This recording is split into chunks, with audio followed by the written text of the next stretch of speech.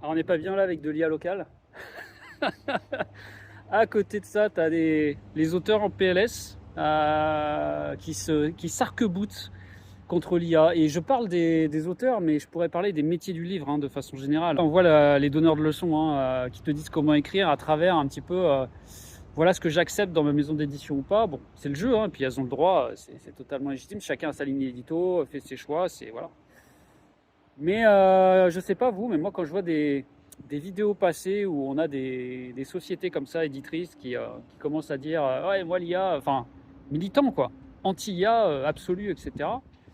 Bah, ça pose question. Les métiers du livre, pourquoi? Parce que bah, les métiers du livre, si vous connaissez pas trop, je vais pas, enfin, je vais peut-être vous l'apprendre un peu, mais je pense que vous vous en rendez compte par vous-même.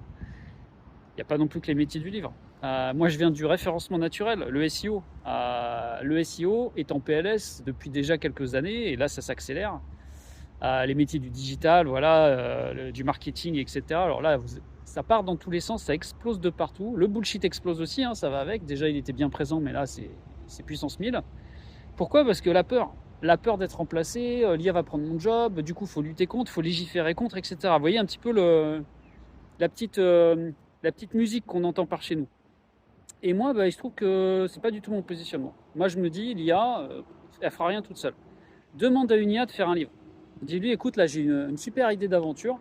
T'as quelques lignes en tête, tu dis à l'IA, vas-y, écris-moi un livre là-dessus. Bon courage pour accepter le résultat et te faire éditer là-dessus, hein. Déjà, en tant que lecteur, ça sera insipide. Ça va être, ouais, il y aura quelques petites figures de style, des trucs préappris, etc.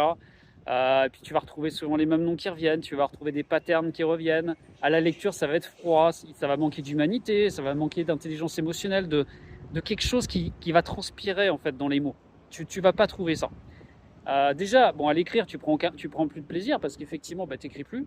Tu pilotes une IA qui écrit à ta place. Et puis le lecteur, bah, il va pas te lire, hein, parce que au bout de 2 pages, il va dire bon, ok, je suis pas rentré dedans. C'est bizarre. Par contre, moi, j'utilise l'IA pour m'augmenter en tant qu'auteur. C'est-à-dire plutôt que de me dire ok, j'ai peur, l'IA va me remplacer, donc l'IA non jamais. Je me dis attends, l'IA, ça permet de faire des choses quand même. Ça permet de challenger son style, ça permet peut-être de résoudre des répétitions. On a tous des tics d'écriture, des lourdeurs, etc.